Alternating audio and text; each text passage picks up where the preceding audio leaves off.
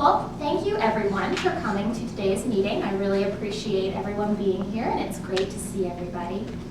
Before we get started, I would like to go around the table and have everyone say their names and what their role is for this IEP team. And I will start. I am Elizabeth Wood, and I am Jason's special education teacher. I'm Patty White, and I'm Jason's mom. I'm Danielle Smith, and I'm Jason's regular classroom teacher. Jason receives primary instruction in my classroom for all subjects. I'm Allison Brown, and I am Jason's speech therapist, and I work with Jason 2 times per week for 30 minutes per session. I'm John Hart, and I'm Jason's behavior specialist. And I'm Mike Jones, the special education supervisor. Great, thank you everyone. As I said, I'm Jason's special education teacher, and he comes to me 30 minutes a day for one-on-one instruction in the areas of reading and writing. I'd like to get started just by talking about this past year. This past year has been a great year for Jason. We're pleased to see his growth in math and reading, but there's still some areas in which we need extra support, so I'm glad that we're all here today to have a chance to talk about that. I have met with each of you over the past few weeks to get an idea of where you thought we should be going next. I wanted to ask Mrs. White to share some of the things that she said to me when we talked about Jason last week, some of your ideas about where you would like to see Jason in the future. Well, thank you. I'm happy with how things are going with Jason, and I hope that we can keep going in the same direction. I like that he's in a regular class with the kids from the neighborhood and building those relationships. He doesn't always play with them, but at least he's around them and has a chance. He's going to be looking for a job someday, and it's important for him to know other kids and how other kids know him and how to interact with them. Thank you. We have been really pleased with the inclusion as well, and we see that inclusion is a priority. My thought for today was that we would go ahead and get started by discussing the IEP, which addresses the inclusion that Mrs. White mentioned. I would like to emphasize, before I pass everything out, that this document is a draft. Nothing is final. I always like to provide a draft of the IEP just to kind of guide the discussion. My goal for today is that with everyone's input and discussion around the table, that we will write this IEP together. With that being said, it's very important for everyone to speak up and express questions, concerns, and state any changes that need to be made to this draft. Please do not hesitate to discuss things that you feel should be changed or deleted, etc. We are all members of this team, so it's important that we all are comfortable with what is in this document and everyone agrees with what we write here today. Does anyone have any questions before we get started? Okay, well let's get started. I'm going to pass around the participant page. As you get this page, please sign next to your name. This is only a record of everyone's presence at this meeting. Your signature does not indicate agreement with the IEP. It only serves as verification that you were present at today's meeting. I'm going to start with Mrs. White. If you could, please sign over here.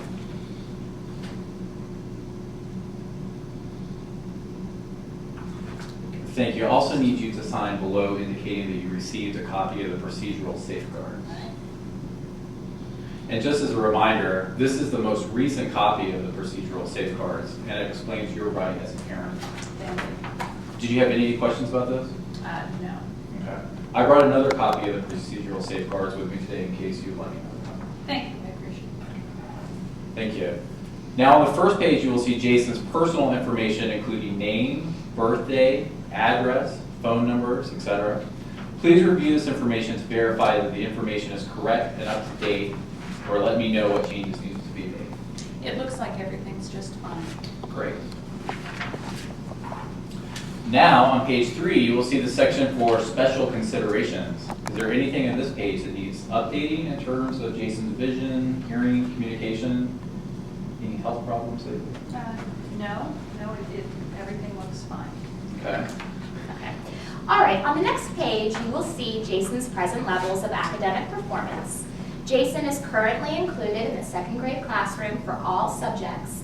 He receives therapeutic support services in the school setting 5 days a week, all day long during school.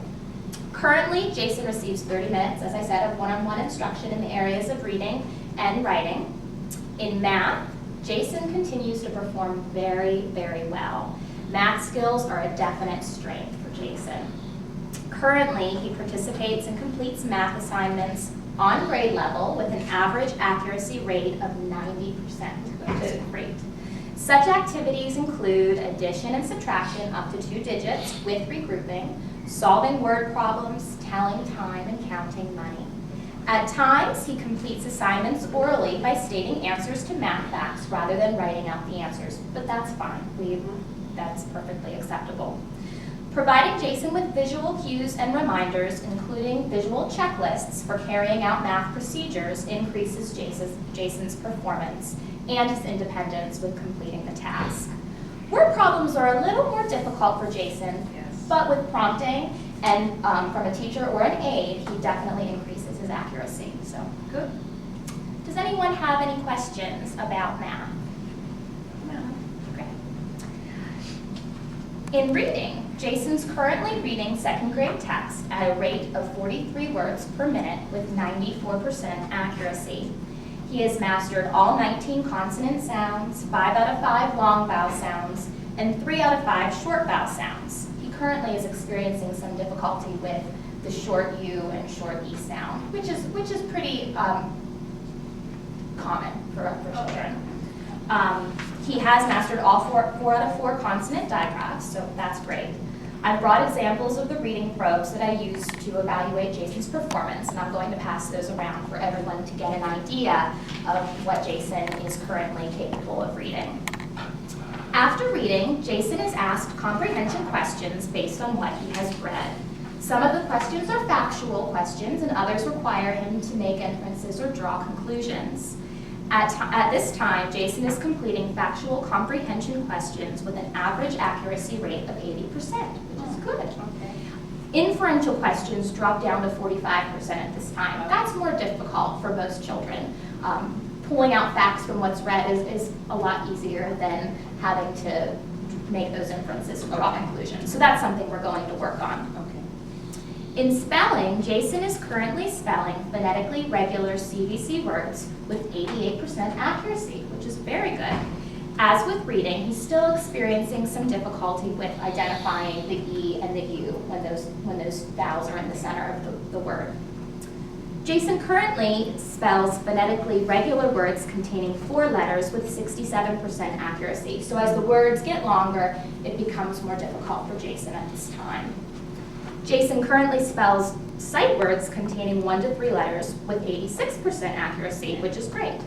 When given sight words that contain more than 3 letters, his accuracy rate drops down to less than 50%. So that's still an area that we need to help him improve on. When given a prompt, Jason typically writes 3 sentences containing 3 to 4 words per sentence, which is good. He's improving from last year. Good. At this time, Jason rarely capitalizes the first word of a sentence without prompting, and often forgets to include punctuation at the end of the sentence, unless he's reminded to do so. Additionally, Jason's accuracy of spelling known words drops to 60% when asked to write sentences. So when he's given these words in isolation, he's doing quite well, but when asked to write those words in a sentence, he's not necessarily applying that knowledge there, right? So that's something that we will continue to work on as well. Okay. Does anyone have any questions at this point? Mrs. Smith, is there anything that you would like to add about Jason's performance? Sure, absolutely. As Mrs. Wood stated, Jason performs very well across academics. He demonstrates excellent skills in mathematics, particularly when presented with addition, subtraction, and also money. Jason loves counting money, and he does a great job at that. I have asked Jason to model counting money as an example to the class, which he really seemed to enjoy. He did love that. That's all he wanted to talk about that night. He was so proud that he was able to do that. Good. I'm so glad that he enjoyed that. He really did do an outstanding job. I continue to be impressed with his math skills. The only area of concern that I have is really spelling. Jason really does not like spelling class at all. This is the only time of day that he tends to act out, which is preventing him from participating and completing the spelling activities. I know that that's a problem, and I'm really concerned about Jason's behavior and spelling, and it might spill over into other areas. Thank you, Mrs. Smith. We're going to talk about the spelling performance in a little more detail and see if we can come up with some effective strategies to move us forward. As we move on to the part of the IEP that discusses Jason's functional performance, you will see a write-up of Jason's current behavior in class. At this time, Jason demonstrates on-task behaviors for the majority of the school day, except during non-preferred activities. Currently, spelling appears to be Jason's non-preferred activity. When Jason is not motivated to participate in that activity, he tends to demonstrate behaviors such as yelling, throwing objects such as pencils, books, erasers, and getting out of his seat without permission. When he leaves his seat, sometimes he will sit or lay on the floor. Other times he will run around the room, and a couple of times he has actually run out of the classroom. These behaviors present several safety concerns, both for Jason and everyone in the classroom, in addition to the impact that it's having on Jason's learning. So, Mrs. Smith, is there anything else you would like to add about Jason's behavior and spelling, just to give a clearer picture? Sure, I'd be happy to. In the morning, we generally start with morning centers, followed by our morning meeting. After our meeting, we go right into math, and this takes up about the first hour and a half of the morning. After math, the class is given a brief restroom break, and when we return, we go right into spelling. And as soon as Jason sees that spelling list, he gets very upset. He starts out by saying, no spelling, and he starts out by using an appropriate inside voice, but then his volume quickly raises to the point of yelling. The TSS tries to step in, and she helps calm Jason down, but Jason usually reacts to this by throwing things, pencils, erasers, school supplies. He is beginning to leave his seat more frequently now. In the beginning, he was mostly putting his head down and refusing to complete the activity, but more recently, he begins to sit on the floor and refusing to get up. Now he's often even running out of the room, and at times he is leaving the room. So we're quite concerned about that. Obviously, it's a major safety concern. And there are times that Jason will agree to participate, and in the past, he has demonstrated that he could complete the work. However, now the words are getting more and more difficult, and we are encountering a greater number of irregular words and as well as longer words. At times, Jason will attempt the easier words from the list, but he becomes obviously upset when he sees the more difficult words. At this time, everyone's learning is impeded given the current circumstances, and I'm also concerned for Jason's safety as well as the safety of his classmates and his peers. Right now, I feel as though I'm not meeting Jason's needs, and I would really appreciate the input of everyone at this table so that we can find a better way and find a way to improve the situation for everyone, all students as well as Jason. I agree that this situation is not ideal for Jason and for the rest of the class. I acknowledge and recognize that there's a problem, and we need to come up with a way to solve this problem. With that being said, though, I do want to make it clear that I do not feel that Jason should receive primary spelling instruction outside of the regular education classroom. He needs to be with other kids as much as possible. Well, I also agree that the regular education classroom is the best placement and an ideal environment for Jason, and we want to do everything to make this work. I've been working on some ways to help Jason learn appropriate behaviors for dealing with these challenging situations. I've been discussing these issues with Mrs. White, and I've come up with a plan that I hope will assist everyone. First of all, looking at this situation, it's important that we define the undesirable behavior we don't want to see and we're seeking to change. It's my understanding that Jason demonstrates any or all of the following behaviors during spelling. He refuses to complete work, puts his head down, yells, throws objects, sits on the floor, runs around the classroom, and leaves the classroom. Are there any other behaviors of concern that I did not mention? Okay. The next thing then we need to discuss the antecedents or the conditions that occur before the behavior. It's my understanding that seeing the spelling words for that week, whether it be the words on the list or written on the board, create feelings of frustration for Jason. Yes. Can anyone think of any other antecedents? Mrs. Smith, do you notice anything else that might trigger Jason's behavior? For example, seeing the spelling book or hearing the words stated out loud? Well, when Jason sees the book, I have not noticed a reaction. There have been times that I started the class by asking everyone to get out of their books out of the desk, and he did follow that direction. He even opened the book when I asked him to, but as soon as I asked the class to look at the page, the behavior started to occur. Since we follow such a constant routine, I have been actually expecting his behavior to start on the way back to the classroom from the restroom break or when he's asked to sit down, thinking that even just the thought of the spelling would start the behavior. But that hasn't happened. His behavior does not start until he sees the word either on the list, on the board, or in the book. Well, then the antecedents would be seeing the spelling words. Now, the current consequences of the behavior, or the results that follow the behavior, are that Jason does not complete the non-preferred task. Since Jason gets out of completing that task, one which he doesn't want to complete in the first place, the current consequences are reinforcing his behavior. Right now, the more he acts out, the less he has to do. So our challenge is, how can we change the situation to increase on-task behavior? What can we change before spelling starts, during the spelling activity, and after spelling to increase Jason's participation? Right now, the presentation of the current spelling activity is associated with inappropriate behaviors by Jason. And I'm just going to suggest we think about ways to, one, make a current task list. Make the current task less frustrating for Jason, assuming that's why he's acting out. Reward Jason for gradually, over time, developing more appropriate behaviors during spelling, and then teach him appropriate ways to say no, but you also learn the consequences of saying no.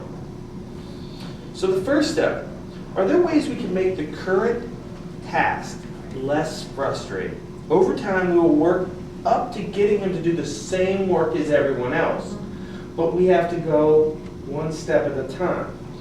So Mrs. Smith, how many words are on your spelling list? 15. And each week are all 15 words new words? Yes. Mrs. Smith and I actually have been discussing this situation, and we thought that it might be useful if we modify his spelling list by reducing the number of words given. If Jason is not presented with quite so many words, this may be less overwhelming and hopefully reduce his level of frustration.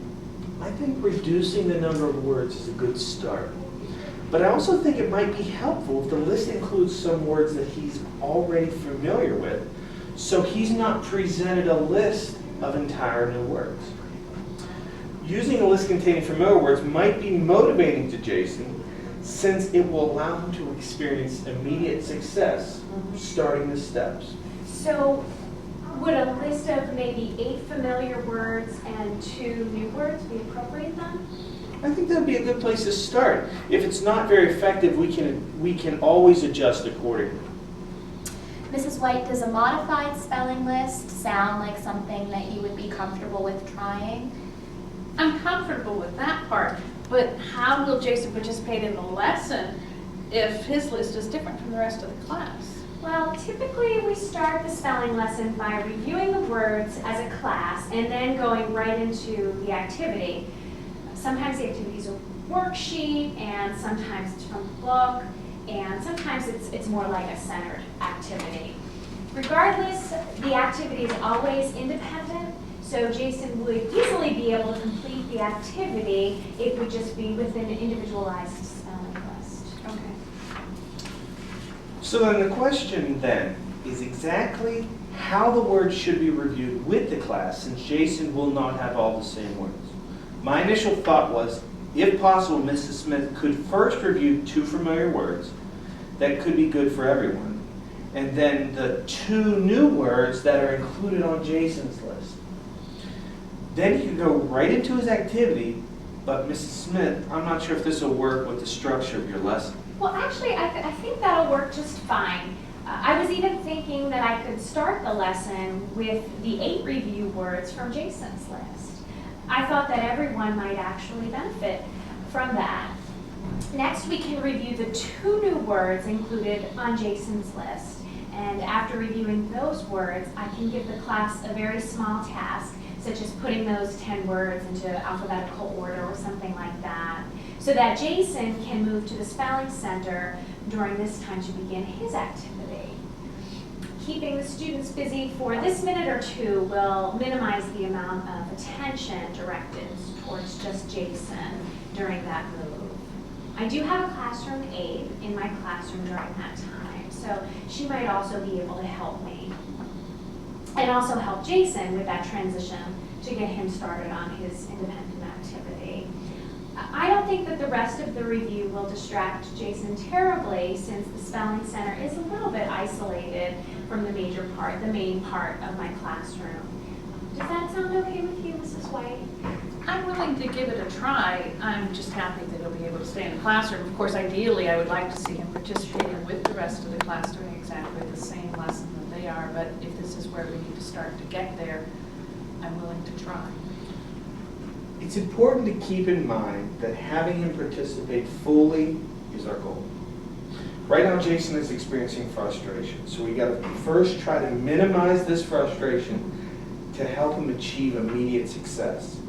And eventually our goal is to continue to increase the number of words on his list so they can receive all the spelling words without reaching that point of frustration. So in order to motivate Jason, he must be rewarded when he does complete spelling tests. But we can also provide rewards for him for just staying in class and being appropriate when the spelling lesson is going on. So my suggestion is that he receives 2 levels of reinforcement. He receives some praise and maybe even a reward for just being in the room and being appropriate during spelling class. But he receives even more praise and rewards for participating and following directions during the spelling lesson. I know that Jason loves stickers, so I thought we could use an index card and tell Jason he needs to earn 7 stickers to get his reward. He'll receive 2 stickers for sitting quietly, 2 stickers for doing his work, and 3 stickers for completing his work. By placing the stickers on the index card and keeping that card within Jason's sight, we'll work as a visual reminder and hopefully also motivate Jason to do what he's being asked. The stickers will also serve as a tangible and immediate reinforcement. If he earns 7 stickers, he gets the main reward. If he earns only 1 sticker, his appropriate behavior should be recognized, but he should be encouraged to do the work that will earn all 7 stickers and the main reward. Are there any ideas for a main reward? Jason loves to look at books. Absolutely. He's always asking to go sit in the book nook corner of our classroom. He does at home as well. Great. So what we could do is this. If Jason gets 7 stickers, then he could go to the book nook and read for 10 minutes. Hopefully this reward will motivate Jason to participate in spelling. What's everyone think about that? I like that. I think it sounds like a good plan also. I think, though, that we should also talk with him about the long-term benefits of spelling. For example, learning to spell will help you use a computer and find cool sites on the internet. He likes that kind of thing, too. But then What do we do if Jason refuses to participate in the lesson? Well, first, Jason needs to be reminded of his reward. To earn the book time, you need to complete your spelling. And I would like to keep the focus on providing reinforcement for positive behavior. If he sits quietly, he gets 2, but he will not get to go read his book over in the book corner.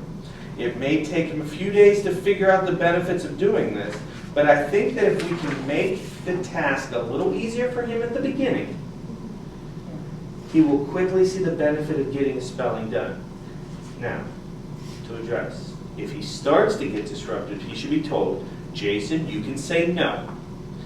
And if he says no, he returns to his desk and the spelling is put aside for a few minutes. He would earn the sticker for being in class appropriately, but clearly would not earn the sticker for doing the work. After a few minutes, he should be reminded of the main reward, book time, and the spelling activity should be reintroduced.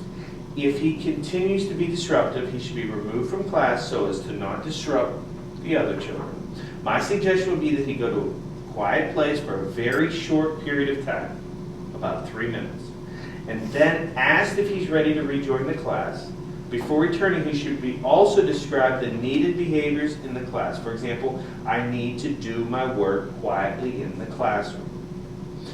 So in summary, our goals are that Jason gradually learns the benefits of appropriate behavior at spelling time and uses appropriate language and behavior at this time as well.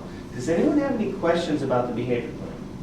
Well, won't he get behind in spelling compared to the rest of the kids if Jason's always doing review words? It's a very good question.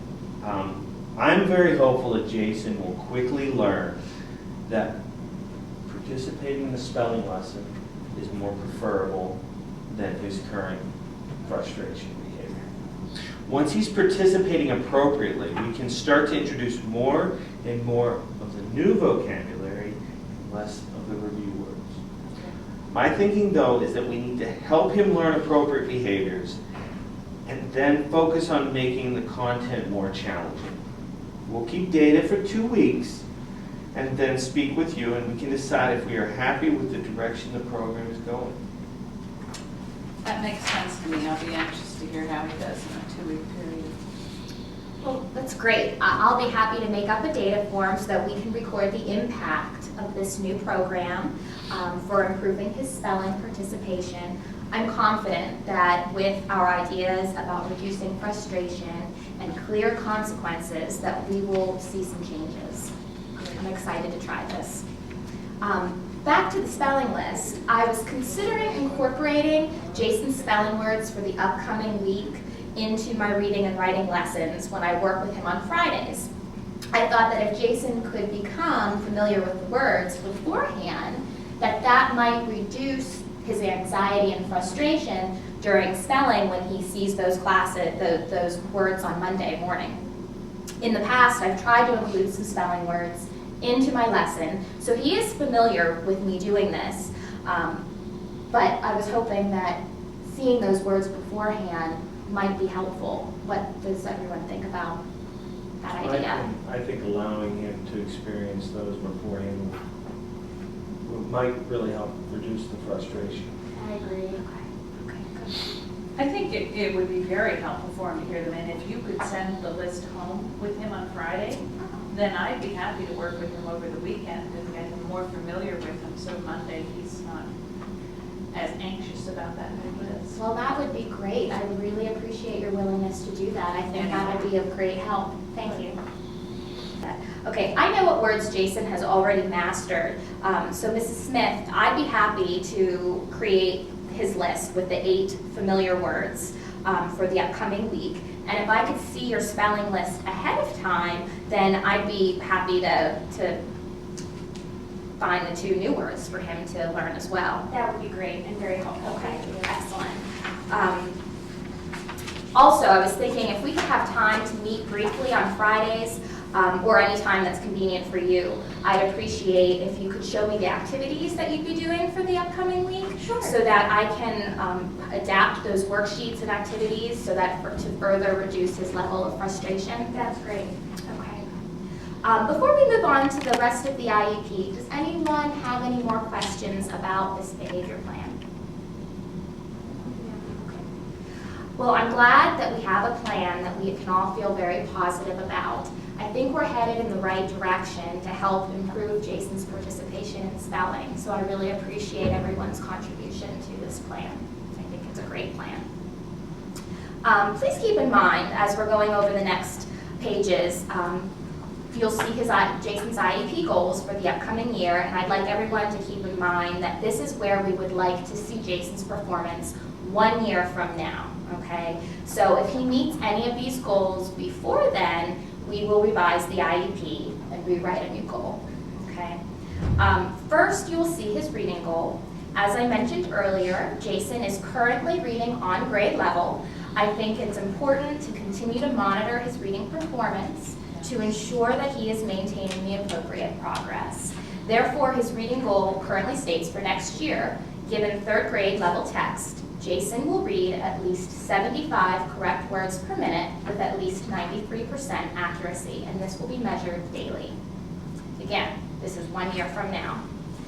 Next is a reading comprehension goal. Given 10 questions after reading text, Jason will recall details of text by making inferences, drawing conclusions, and this will be evaluated through him stating or writing answers with at least 80% accuracy, and that will be measured weekly. Since reading comprehension is an area of difficulty, I think it's important to continue to work on improving this skill. Does anyone have any questions about reading?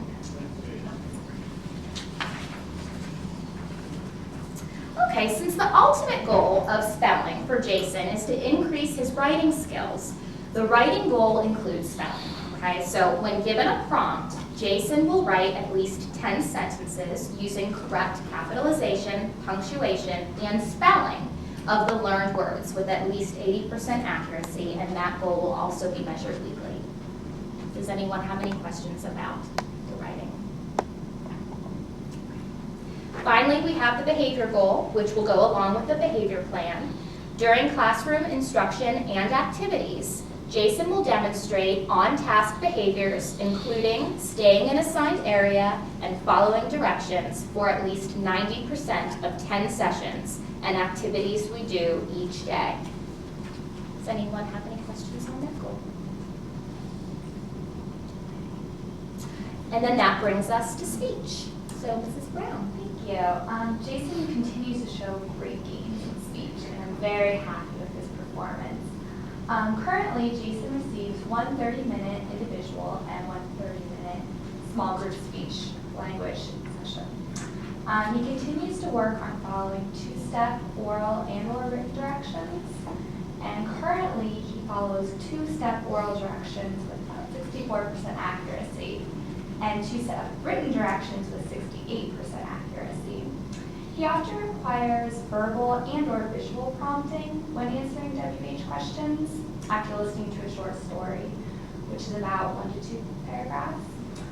He's able to answer who questions with 70% accuracy, what questions with 65%, and where questions with 68%. So, very good. Why questions are also targeted, but Jason demonstrates difficulty as he has to infer the questions from the information in the story. He answers why questions with 60% accuracy, but will frequently answer why questions based on his own recent life experiences rather than on the information contained in the story. For example, after listening to a story about a child on the eve of the first day of school, Jason was asked, why did the boy have to go to bed early? And Jason responded, because Dad told me to, that I had to get up early to go to the dentist. Jason continues to practice conversational skills when working in the small group sessions, and he initiates conversation with peers on average about 2 times per session. But the topic is frequently one that he is interested in rather than one the other students want to discuss. So, He's able to maintain the conversation for 3 turns when he sets the topic, which is great. And when it is a topic not of his own choosing, Jason is now able to ask one partner-focused question and make one comment to maintain the topic for up to 2 turns. It's very exciting. He continues to have difficulty terminating conversations by taking a terminal turn. For example, see you later, and typically just walks away to signal the end of the conversation. Jason needs to begin to generalize these conversational skills outside of the speech and language setting. Finally, Jason does not express his wants and needs in the classroom environment without verbal or visual prompts.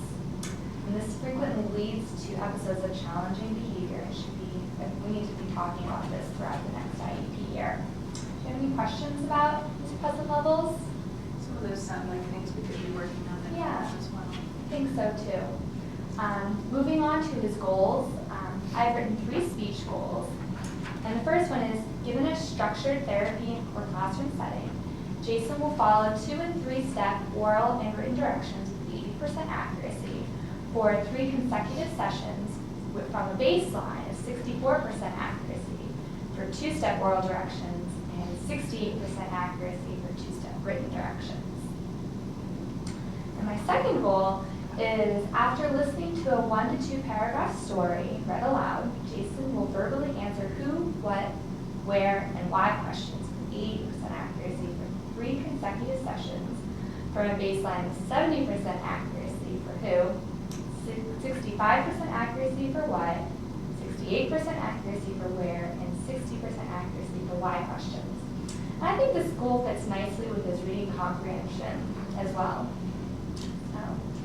Third, given a less structured time during the academic day, for example, recess or lunch, Jason will initiate a conversation with a peer about a non-preferred topic by asking a question or making a comment, maintain the conversation for up to 5 turns by asking partner-focused questions or making topic-related comments, and terminating the conversation with a terminal turn, for example, see you later. 3 times per day, 5 days per week for 3 consecutive weeks from the following baselines. Initiates 2 times per day in a structured setting, maintains the topic for 2 turns, terminates conversation with a terminal turn 0 times per day. Do you have any questions on the goals? That'll be challenges for him, but I want to look forward to He's making it. it there. Good. Well, that concludes the goals for the IEP. On this next page, you will see the modifications, adaptations, and specially designed instruction. During instruction, Jason will be provided with the following: visual cues, such as writing keywords on board, verbal reminders, such as reminding Jason of a strategy and the steps in that strategy. During assigned tasks, Jason will be given adapted worksheets, graphic organizers, and visual checklists, which will serve as a reminder of what needs to be done to complete the task. Additionally, all directions will be read out loud, and Jason will be asked to repeat those directions to ensure his understanding of the task. When given an assignment that is not a reading task, the questions can be read out loud for Jason so that he can respond orally and appropriately to the questions. During tests, Jason will receive the opportunity to take tests in the learning support classroom, opportunity for extended time when taking those tests, and opportunity to take the tests orally when appropriate.